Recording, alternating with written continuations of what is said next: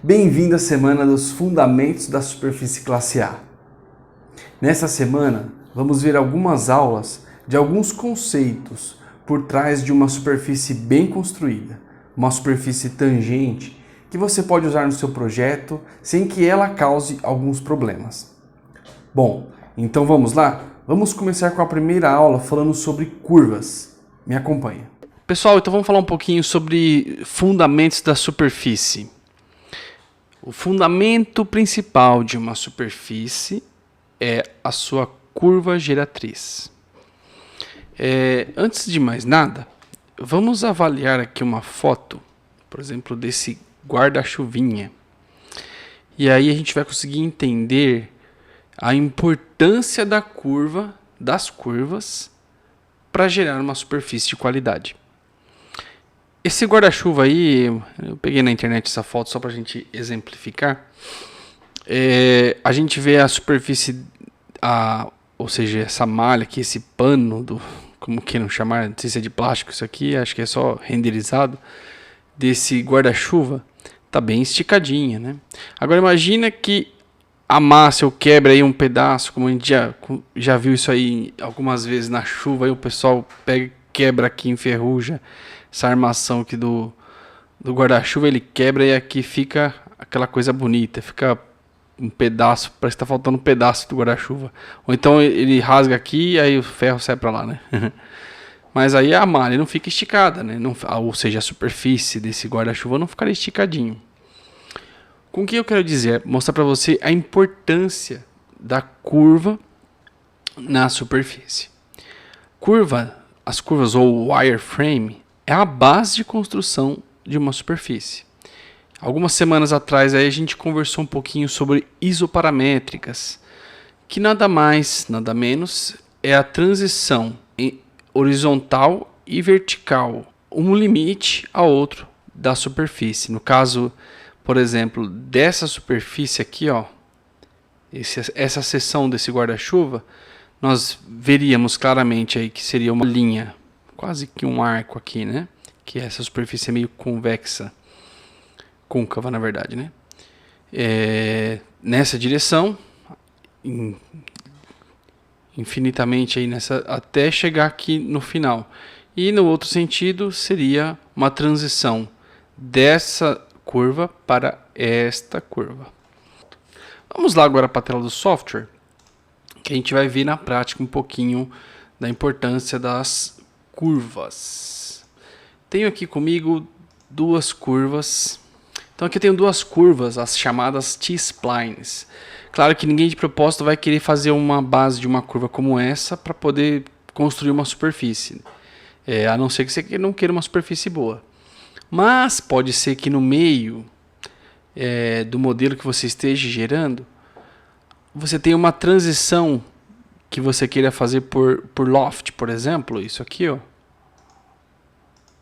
Esta, aí, e eu queria com tangência, né? Na normal da superfície. E a gente vê já de cara, ó os riscos aqui, ó. Deixa eu trocar a cor aqui do environment, que acho que vai ficar melhor pra ver aqui, ó. Olha aqui, ó. A gente já vê uns riscos aqui, ó. Talvez você esteja conseguindo ver. Isso não seria uma superfície classe A nunca, né?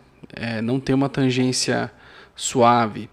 Então imagine um carro aí, se viesse com um pedaço aí no capô, desse jeito aqui, você ia reclamar lá na concessionária que seu carro está com defeito. A mesma coisa acontece quando você usa um Zebra Analysis. Olha como é que fica essa superfície. Você veja aí um monte de problema de continuidade nessa superfície de tangência, ó. Você vê que ela está com 1, 2, 3 pontos de tangências diferentes numa mesma curva.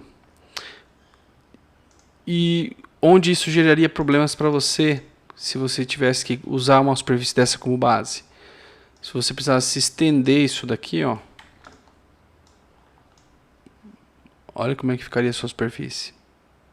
Ela cria uma quebra aqui, uma alta intersecção.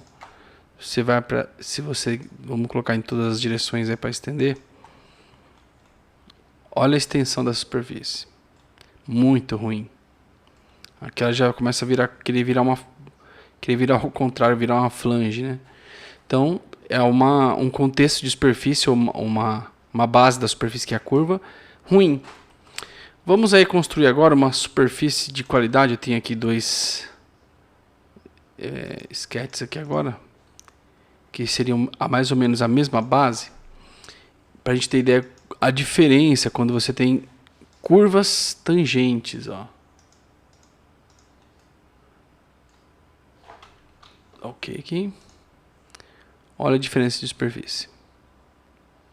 Totalmente suave. Se a gente fizer a mesma análise nessa superfície girada com base em curvas feitas de qualidade, a gente vê que essa superfície está ok, está bem tangente. Então a curva é muito importante, porque ela vai interferir totalmente no seu resultado final. Se você precise gerar a partir de uma spline, não uma curva perfeita, evite fazer esse tipo de situação. O problema dessa superfície não foi essa superfície. Essa aqui estaria ok. Por exemplo, ó, se eu girar aqui, ó, uma superfície entre essa e essa, ó, você vai ver que a gente vai ter o mesmo resultado. Muito embora aqui eu não tenha um raio perfeito, somente aqui, como essa curva de controle,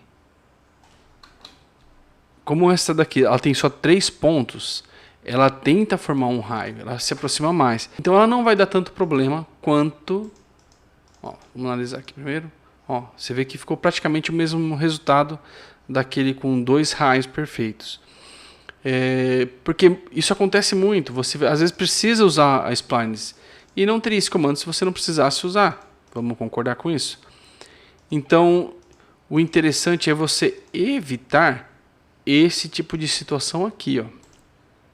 Se você precisar criar algo assim, vamos colocar como referência isso daqui, ó. Vamos usar essa aqui como base e vamos construir uma superfície aqui. O que seria ideal? Você pode usar o spline, tudo ok, sem problema. O interessante é, se o seu software permitir, o software que você trabalha, use, por exemplo, esse tipo de curva spline, esse tipo de T-spline com que você determina os pontos e não a curvatura em si. Por quê?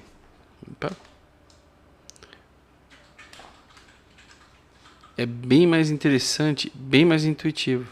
E você consegue trabalhar com a curvatura de uma maneira mais suave, de uma maneira mais correta. Mesmo se você precisar fazer uma curva composta ou uma spline, tente usar uma curva o máximo tangente possível. Se o seu software permitir tipo de análise, por exemplo, da curvatura, ó, esse tipo de curvatura aqui, ó, use. Por quê? Ele vai te mostrar se a continuidade da curva está ok. Bom, pessoal, então na próxima aula eu vou conversar um pouquinho com vocês sobre transição, tá? A gente vai ver como fazer transições classe A, ok? Então eu te espero amanhã na próxima aula sobre superfície classe A.